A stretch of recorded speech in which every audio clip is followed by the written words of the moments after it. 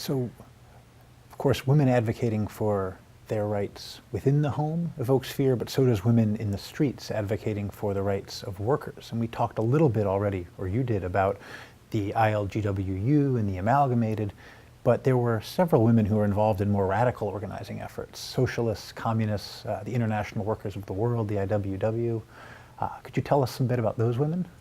Well, yes, and in a way the connection is not far apart. So, really in every case, there's a great fear of women moving out of their traditional roles, whether it's moving out by refusing to mother or moving out, as Charlotte Perkins Gilman did, by extending the boundaries of the home. There are a large number of socialist, and sometimes not members of the Socialist Party, but socialist, trade unionist kinds of women who really believe strongly that women don't belong and should not be confined to the home. Among these, of course, are the people who are active in the Industrial Workers of the World. So the IWW is founded in 1905, and it's founded in direct response to the AFL's desire basically to organize skilled workers. The IWW, we call it a syndicalist movement because it's interested in not so much organizing workers as introducing workers to the idea that everybody, men and women, should have the capacity to control their own work lives. So the IWW, and it's both its strength and its weakness, does not enroll members in it. It doesn't charge dues for its membership. It goes to wherever it goes and conducts its activities, usually a strike or an action of some kind, and then disappears.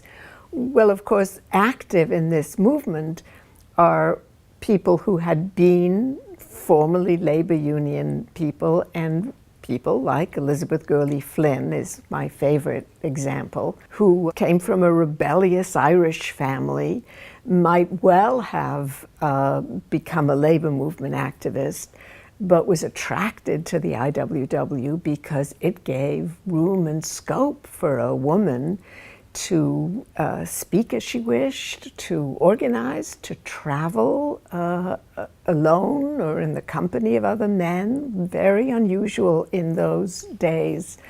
And of course, Elizabeth Gurley Flynn then goes on to a career of radicalism, becomes one of America's both beloved and hated radicals at the same time.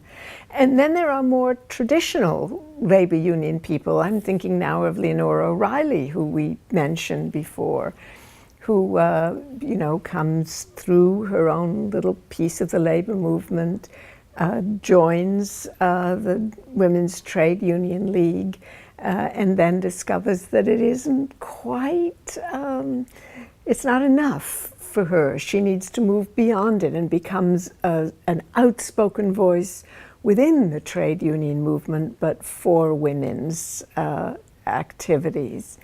And there are some, we could go a step further and talk about the socialists who reject the labor movement as it stands altogether and decide that their effort is to create a more egalitarian society in general, a society where the means of production are controlled by the workers, and this firm belief that that will provide women with a better voice and a better place from which to act. And many of them are active suffragists because they believe that the way to get there is through giving women the vote. So there are a variety of women. I'm thinking there, of course, of Ella Reeve Bloor, for example, or a little later, Kate Richards O'Hare, both of whom come out of the Midwest and who, are both pro-suffragists, pro-suffrage activists, and dedicated and committed socialists.